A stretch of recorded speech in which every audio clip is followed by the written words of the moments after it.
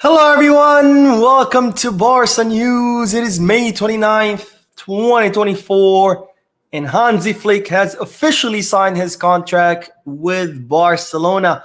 Also, Joan Laporta would like to reward the German coach by bringing him a big signing or sign a big star. And finally, Xavi Hernandez suspects that someone at the club betrayed him. We have a lot to discuss. So let's begin.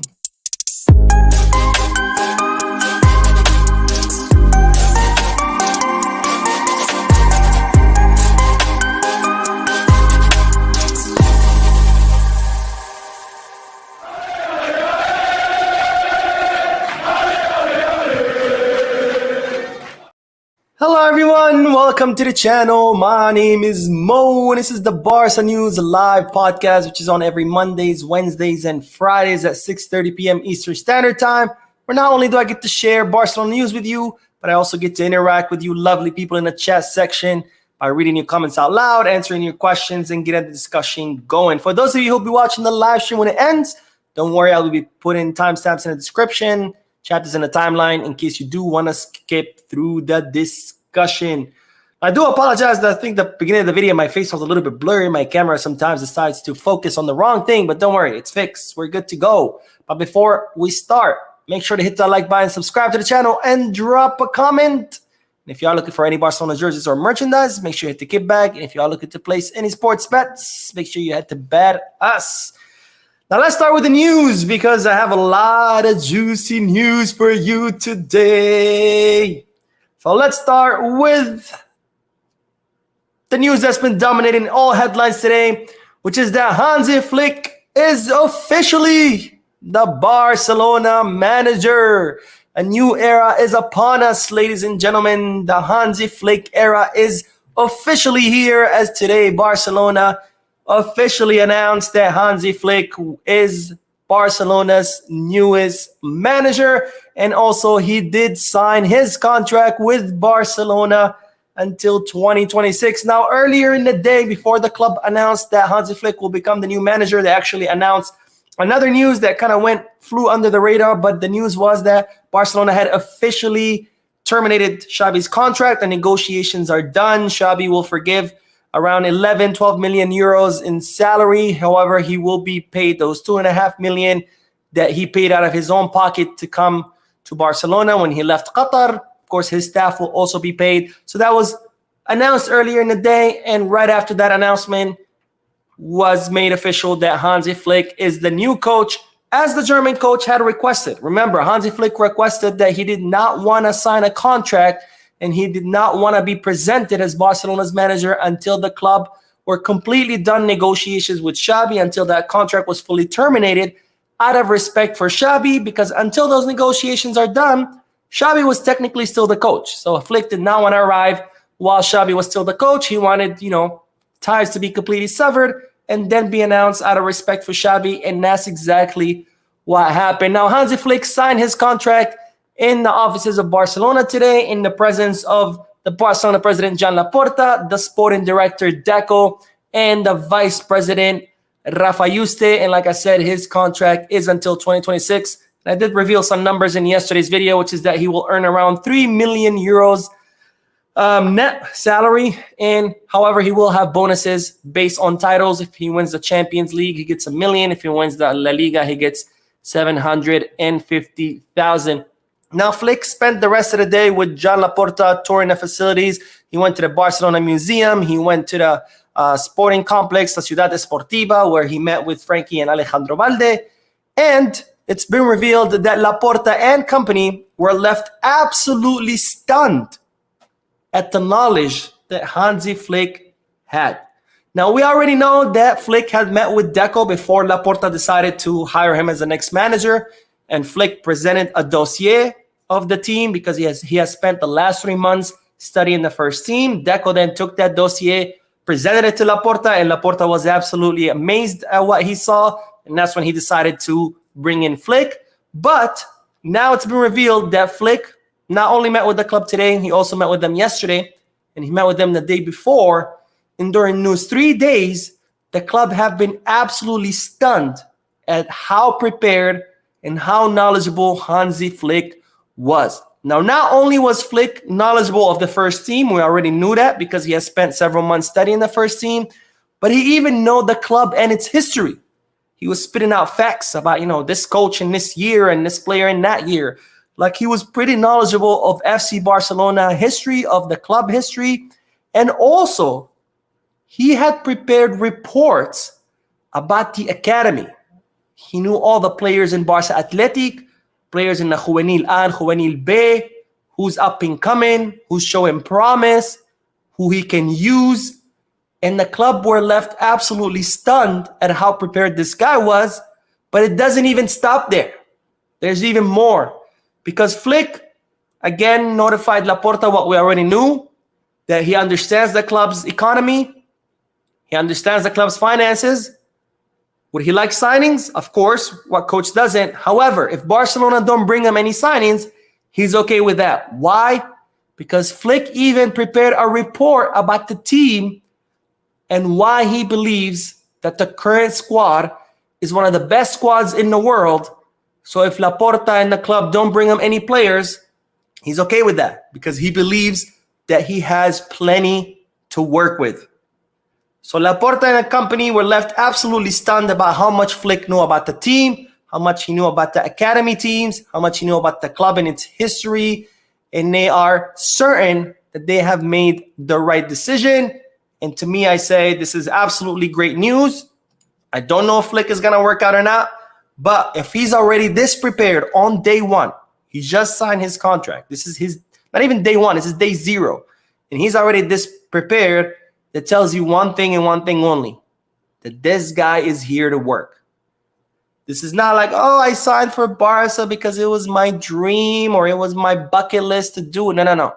This guy is here to put in work because he's already been putting in work for the past 3 months, and that's work he's not getting paid for. It's not like these last 3 months Barcelona were paying him to study the team, to study the academy. No. He did it all free of charge. He did it on his own time, without even knowing if Barcelona are going to bring him as a coach or not. So if Barcelona wouldn't have hired him, all that time invested would have been down the drain. So he spent these last 3 months studying everything about Barcelona, which tells you this guy is here to work. So that is, of course, great news. And we officially say to Hansi Flick, welcome to FC Barcelona.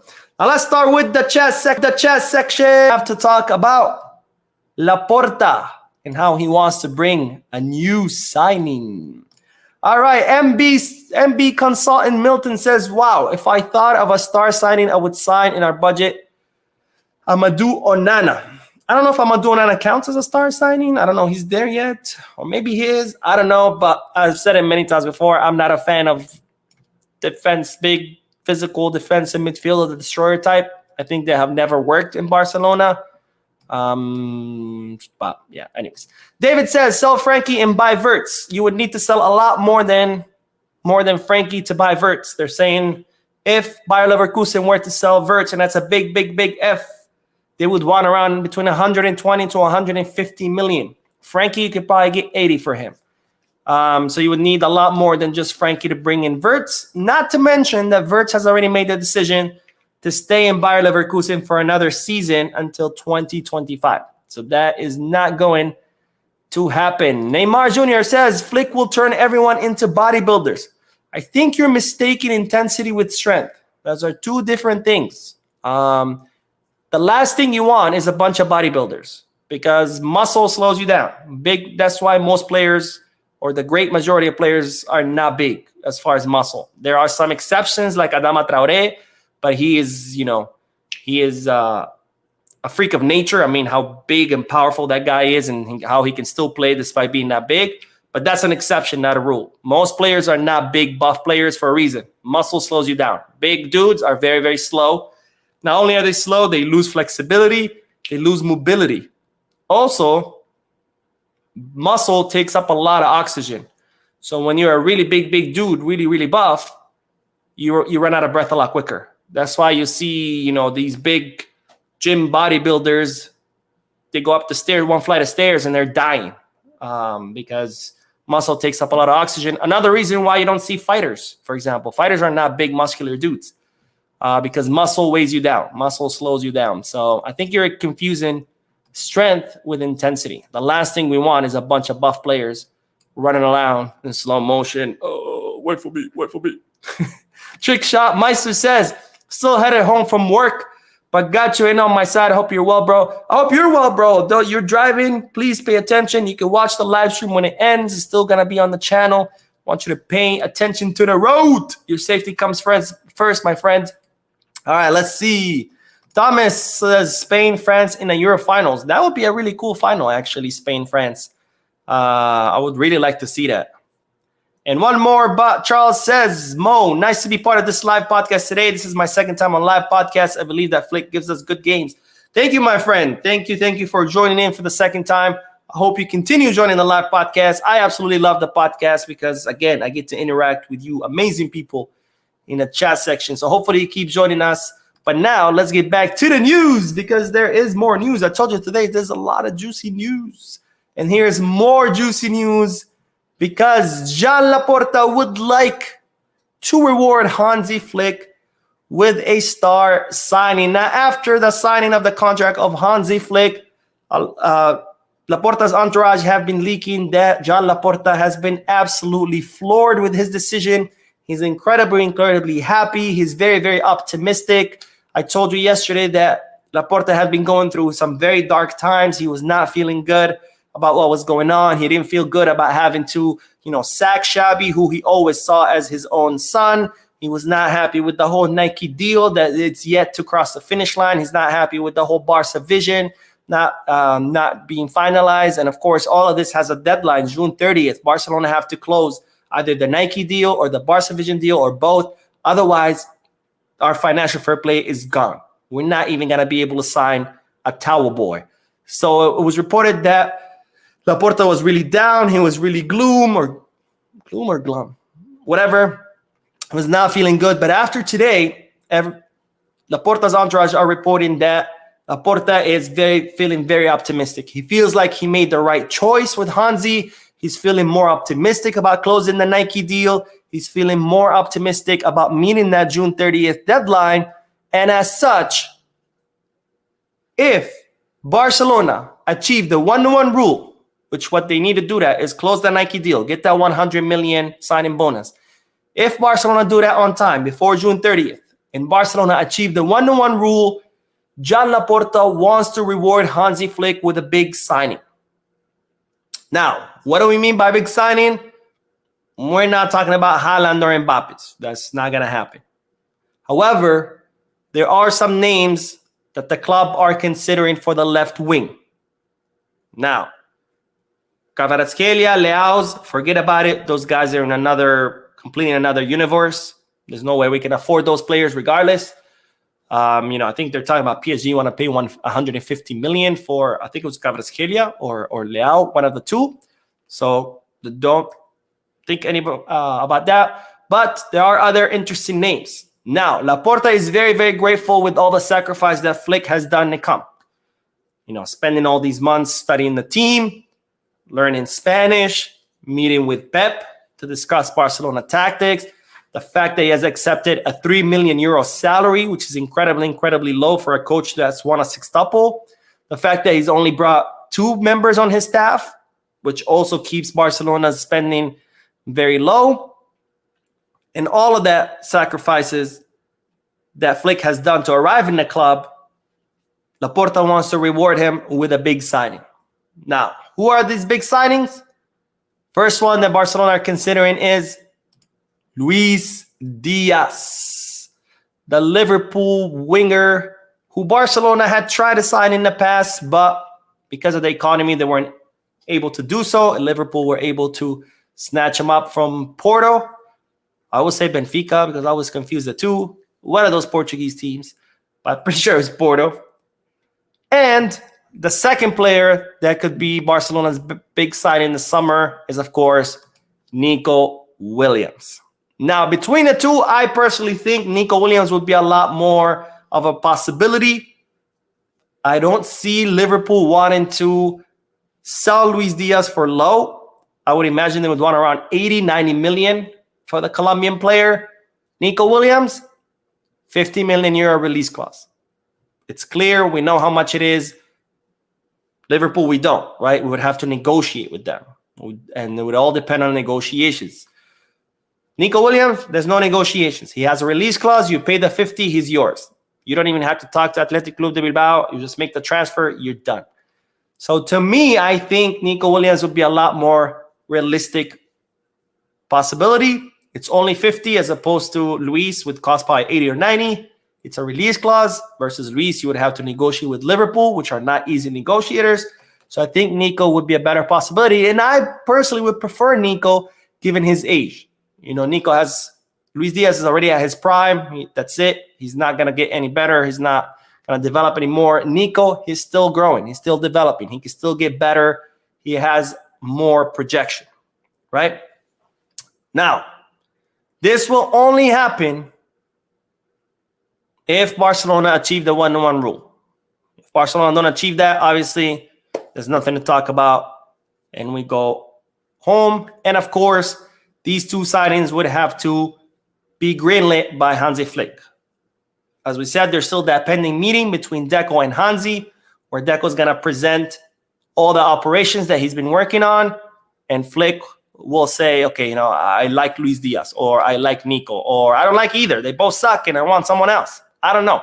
So all of this will still, of course, depend on Flick. But Laporta does want to reward Hansi Flick with a big signing this summer if Barcelona achieve the 1-1 rule. Now, before I forgot to mention something in the first segment.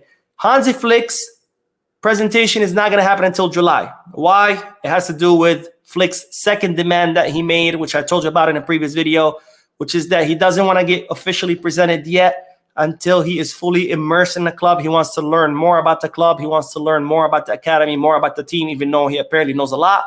He still wants to learn more because obviously after presentations, there's always a press conference. So he wants to be able to answer all the questions without having to say, well, I don't know, I just got here. He wants to be prepared. He wants to be able to answer the questions. So he wants to spend more time studying the club, the teams, the academy, etc. And he wants to finish his Spanish course. He's still going through his Spanish course that he started months ago, and he wants to be able to fluently answer all the questions. He doesn't want to have to depend on an interpreter. So again, this absolutely shows that this guy is here to work. This guy is not just here to fulfill a dream or fulfill a bucket list item. This guy is here to put in the work. All right, let's do more comments. And then I'll tell you about the more drama with Xavi Hernandez, because today has been leaked that Xavi Hernandez suspects that there was treason within the club, and that's why he was shown the door. All right, let's see. Where did we leave?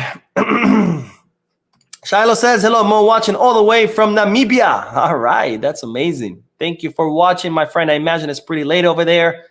Amza says, hi, Mo, do you think it's possible to get that Onana guy just to strengthen our midfield, because we do need some strength to face the physical teams? We don't need strength to physical teams. That's the thing. That's completely the antithesis of Cruyffism and Barcelona DNA. Cruyff never believed in big physical players. Cruyff always believed in technical players. Players, who are good with their feet, not necessarily with their muscles, right? And I think I told the story before about when Johan Cruyff arrived in Barcelona as the coach. At the time, La Liga was an incredibly physical league. It was one of the most physical leagues in the world. It was all big players beating each other up. And when Cruyff arrives, he assembles a team of mostly technically able players, not necessarily big ones, much smaller ones. And everybody thought this guy's crazy. They were saying in the news, the pundits, everybody was saying, this guy's not even going to be able to finish the season. Like, his players are all going to be in the hospital, because we're talking about La Liga. It's all big physical players. And now this guy comes with this team of all small players. Like, they're going to get thrashed. And what did Cruyff did? He won a bunch of shit. Because Cruyff never believed that you need big physical players. You need technical players. Look at Busquets, the best number 5 in the history of football. That guy was not big or physical. Yeah, sure, he was tall, but he was a twig. I mean, you could snap that guy in two. So no, we don't need big physical players for our midfield. All right, let's see. Salah says Xavi was slowing down the intensity of the game, and modern football is not like that anymore. Agree. And I think a lot of it had to do with him, the lack of mechanisms, the lack of system of play, the lack of all of that slowed the football down. Because if you don't have those, drawn out plays where you just, I know I'm going to pass it to that guy's going to pass it to that guy, but then you're just left to improvise. And improvisation takes time. And in modern football, everything's split second. If you have to stop to look around who you're going to pass it to, it's already too late.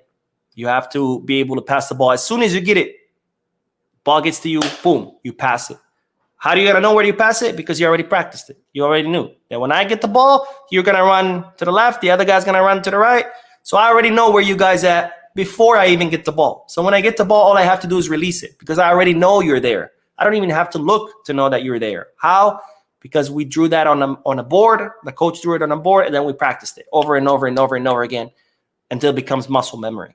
In that, Xavi's team had zero of that. Zero. Pep Guardiola's tiki-taka, that was not improvisation. That was not Iniesta. Oh, let me see who am I going to pass it to. Oh, there's Messi. No. Pep had designed those plays on the board, and then they had practiced it in training, and the rondos, whatever. So when they went on the field, they exactly knew where each one of them was. When Xavi had the ball, he knew where Iniesta was. He knew where Busquets was. He knew where Messi was without even having to look because they had already practiced that. And Xavi's Barcelona had zero of that. But people want to, blame the players and the ref and the grass and the sun. And, well, Xavi didn't have any signings, even though the club spent $300 million on his signings. Well, Xavi never got the players that he wanted, even though like 90% of the players that we signed were his request. People will always find an excuse. That's the thing about mediocre people. They will spend more energy looking for excuses than actually demanding more or trying to figure out what's going on wrong. Let's see. Mark says, Flick. Ooh, yeah, next Alex Ferguson. I think you meant will be a next Alex Ferguson. We'll see. I'm optimistic. I think Flick will be a great coach for Barcelona. Let's slow our horses down. Let's see how he does this first 2 years before we think he's going to be here for 20. He just arrived. Let's keep our expectations low. Let's give the man some time before we think he's going to, win us a sextuple every season for the next 20 seasons. Trickshot Meister says, and like I said in one of my comments, it's truly wonderful to have a manager whose love for the beautiful game outweighs any love of money. Indeed. Let's see. What else? Klaus, my man Klaus, who wasn't on the live stream on Monday. I was very, very sad, Klaus. But he says, ESPN FC channel being negative about Flick. Man, all I have to say is this. And if there's any kids watching, please cover your ears. But fuck ESPN. I'm so tired of those people. They're nothing but Barcelona haters, which is absolutely insane because they're a media outlet. Me, I'm just a YouTuber, and I make it very clear. This is a Barcelona channel. I'm only here to talk about Barca. I'm only going to give you Barca perspective. Those fools pretend that they are, a neutral news channel, but they're not. And that's what pisses me off. At least if they straight up said, hey, look, we're a pro-Madrid channel, and we're here to talk about Madrid. Cool, great. Go for it. But don't pretend you're something you're not. Because, like for example, I remember when people used to come here when I first opened a channel. Oh, you're so biased. Duh. The channel is literally called Barca News. Of course I'm biased. It's a Barca channel. I'm only giving you a Barca perspective. The fuck do you expect? But anyways. All right, let's see. One more and then we'll do the last bit of news. But Victor says, Mo, any thoughts on who will be transferred out this season? Like out for sure thoughts? Everything's up in the air right now. Flick has still to meet with Deco to decide. So anything I'm going to tell you right now is just going to be my prediction. So don't take this as information because it's not. This is just my opinion. Who's going to go out? Romeo, obviously, he's going to be sold to Girona for, they're saying $3 million. Obviously, Alonso, his contract is expiring in a few days, 30 days. I don't think Sergio Roberto is going to be renewed, but that could be wrong. But it looks like the renewal has been paused for a little bit. They were supposed to announce it. They haven't. I don't know if they're waiting for Flick for approval, but I don't see Flick wanting to keep Sergi. But again, I could be wrong. I think Ferran, even though Ferran is more of a profile of a player that Flick would like, because Flick likes more of a mobile center forward, someone that can combine with his teammates, and Ferran could technically fit that. Not the player himself, but his profile. But I think Ferran would go. I don't know about Rafinha. I think Rafinha is a split for me because on one hand, he can't really dribble past anyone, which is something that Flick really depends on. He depends on his wingers dribbling past the defense and then crossing the ball into the box, which he likes to, overwhelm with players, fill with players. But on the other hand, Rafinha does have that intensity that Flick likes. So I don't know what's going to happen with Rafinha. On one hand, he has the intensity. On the other hand, he can dribble past his own shadow. So that one's a tough one for me. Who else? Let me think. I think Frankie will stay. Gundo, of course, will stay. Even I don't think he was ever for sale. I think that's it. I think by Ferran, obviously Romeo, Alonso, Sergi, and question mark on Rafinha.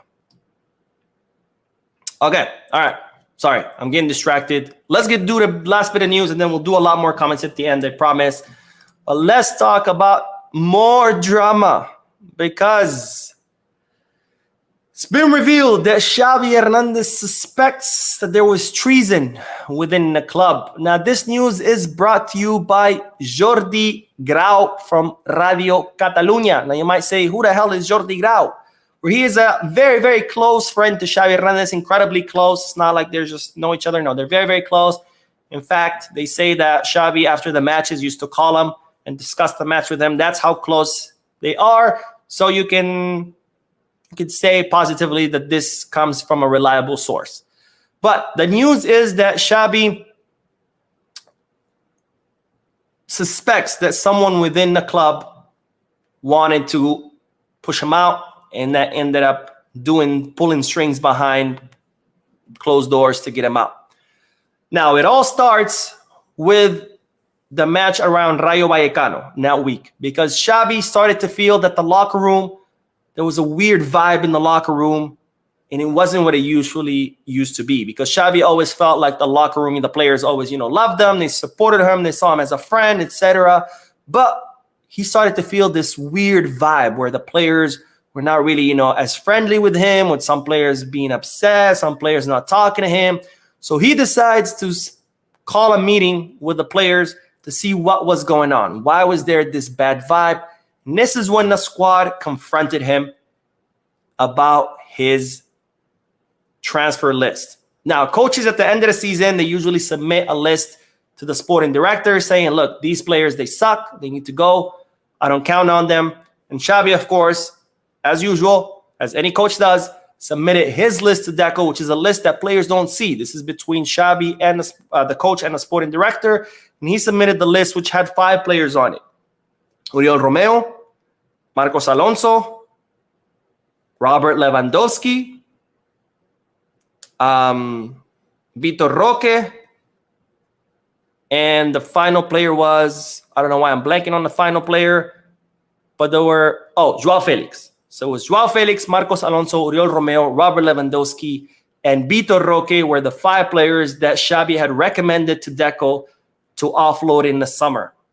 But not only that, on that list, there was a question mark on Araujo's picture.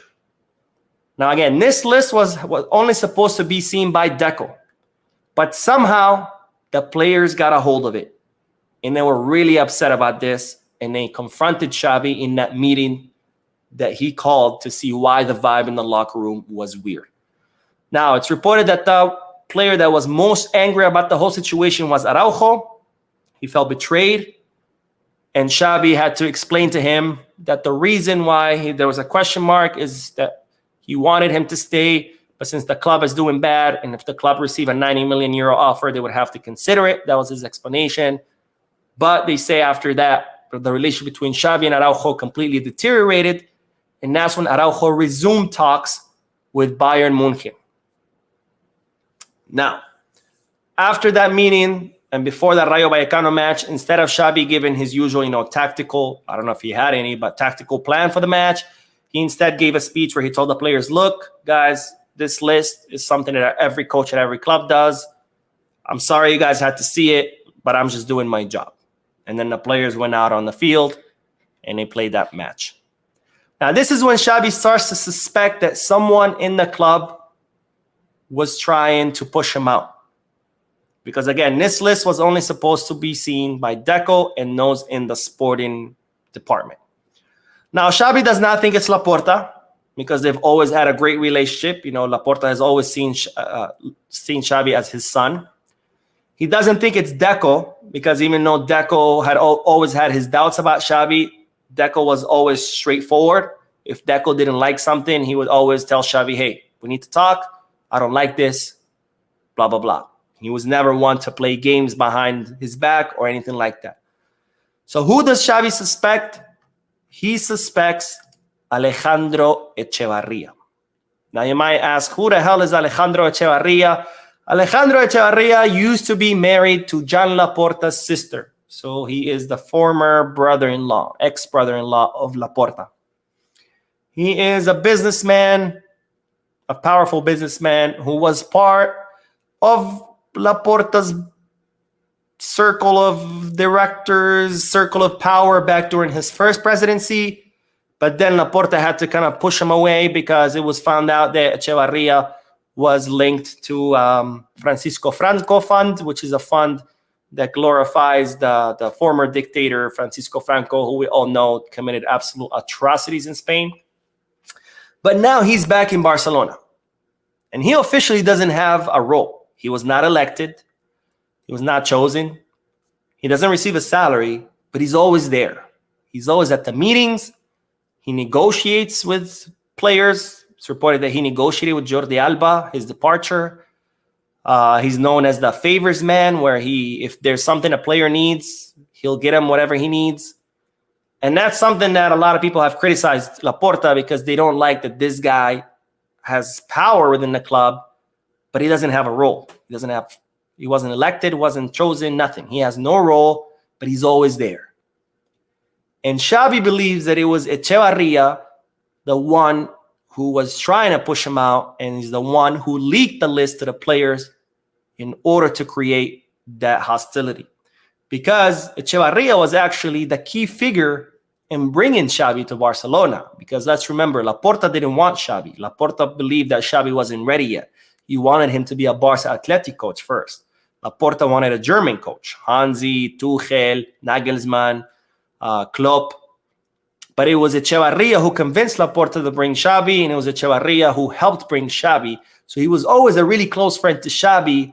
But right around this happens, right around this whole leak of the list, Echevarria started being cold to Xavi, not talking to him, ignoring him, not being friendly to him. So that's why Xavi suspects that it was Echevarria who tried to push him out the club, and it's him who leaked that list to the players in order to cause that rift between the coach and the locker room.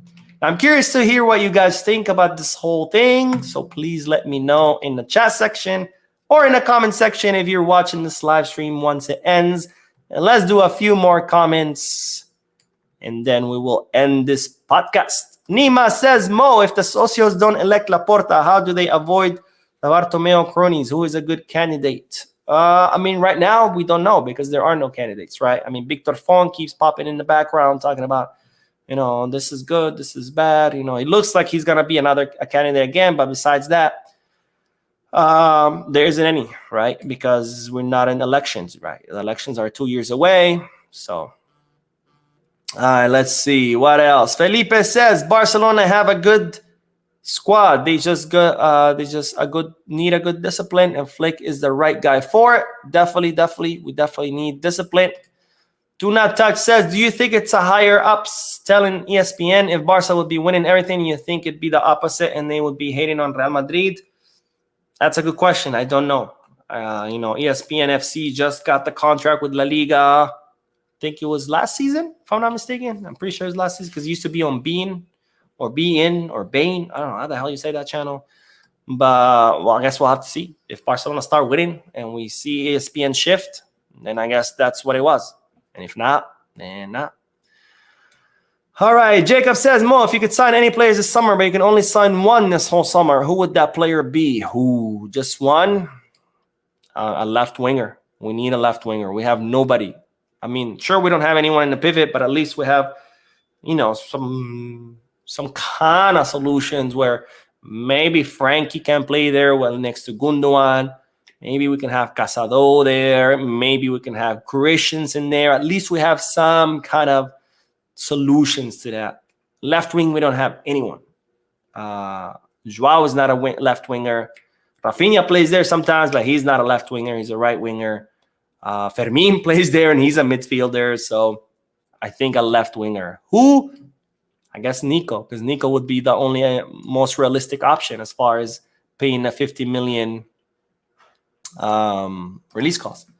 Basilisk says, this kind of player power ruined Man United. I don't care if Xavi leaving was good, but any player acted like that needs to leave. Not sure what you're talking about.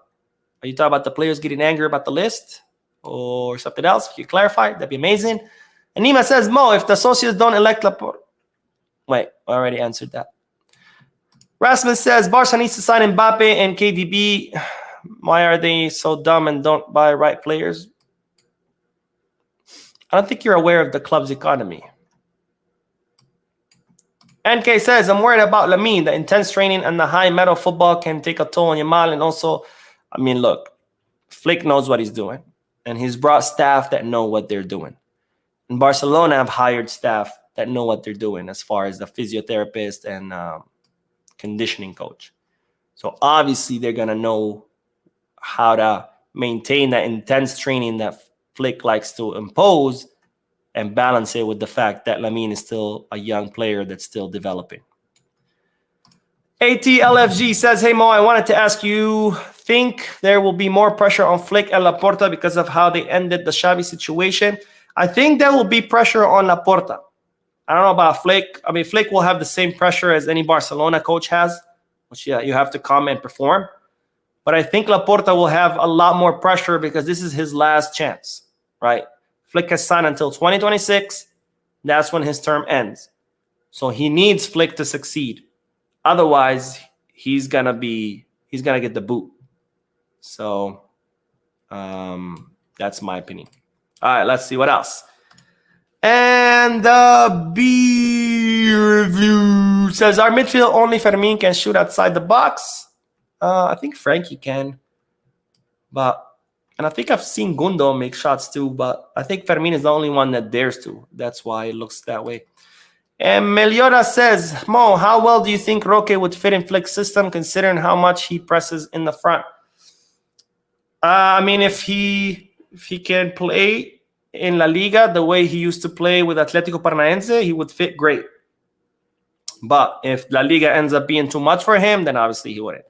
But the thing is, I don't know because we haven't seen him play. He's played 5 minutes here, 5 minutes there, and we haven't seen him. But this summer will definitely show Flick who's who and who's capable and who's not. So this summer will be very, very decisive to see who can keep up and who gets the boot.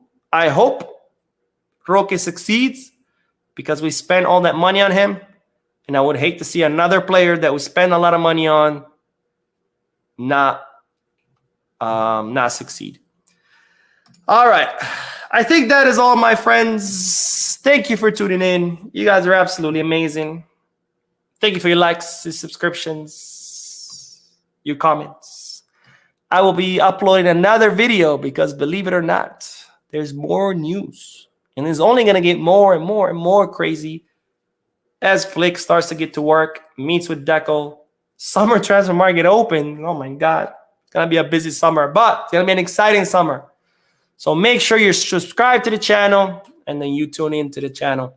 Anyways, I will see you in the next video. Thank you guys for watching. And as always, peace, Barca.